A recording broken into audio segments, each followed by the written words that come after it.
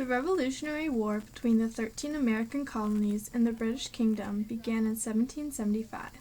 The British side, led by General Lord Charles Cornwallis, had great success in their northern campaign, with major victories in New York, New Jersey, and Pennsylvania. The British decided to launch a southern campaign in 1778, as they believed many Southerners were still loyal to the king. A loyalist company, led by Major Patrick Ferguson, was to travel to Virginia through South Carolina and North Carolina. However, Ferguson's army was constantly harassed by North Carolina Patriot militia, causing Ferguson to take action. The Patriot militia, led by Colonel Isaac Shelby, referred to themselves as Overmountain men because they lived on the western side of the Appalachians. Ferguson sent a threatening message to the Overmountain men.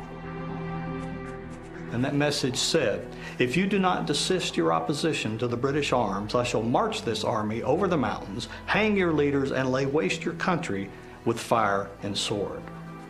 Now, that's not the type of message that you could give to people of the temperament who has carved a life for themselves out of this wilderness without them getting upset and taking some action.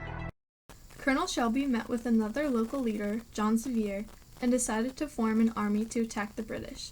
Shelby called on the Overmountain men, who hailed primarily from Virginia, North Carolina, and Tennessee, to join the fight. Shelby was able to muster together about 1,000 troops total. They were all untrained volunteers, without uniforms, who carried hunting rifles into battle because of their frontier background. They marched for 2 weeks and arrived at Kings Mountain, South Carolina, on October 7, 1780. Ferguson had stationed here because of the high ground, but it was only 60 feet tall. The Overmountain men, who were undetected by the British, surrounded Kings Mountain in different companies and attacked. The British were armed with standard-issue smoothbore muskets, effective only at close range. The outnumbered rebels carried long-barrel hunting rifles, slower to load, but with twice the accuracy.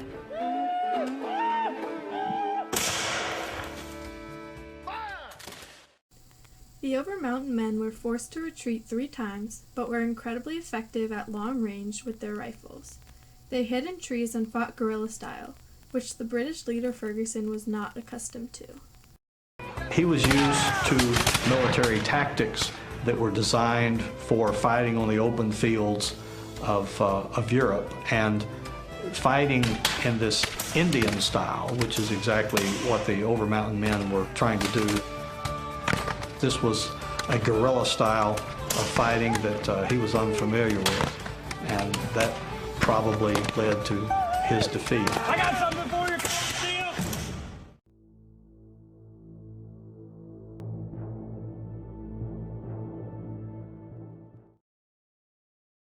The battle lasted only 65 minutes, and the British were completely destroyed.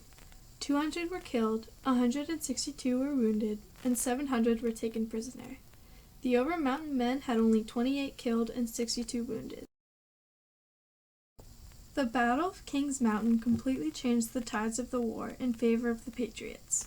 The British suffered huge losses, around 1/3 of Cornwallis's forces. But just as important was the confidence the Patriots gained from the victory. Just 1 year after Kings Mountain, Cornwallis surrendered his British troops at Yorktown. The colonies were free.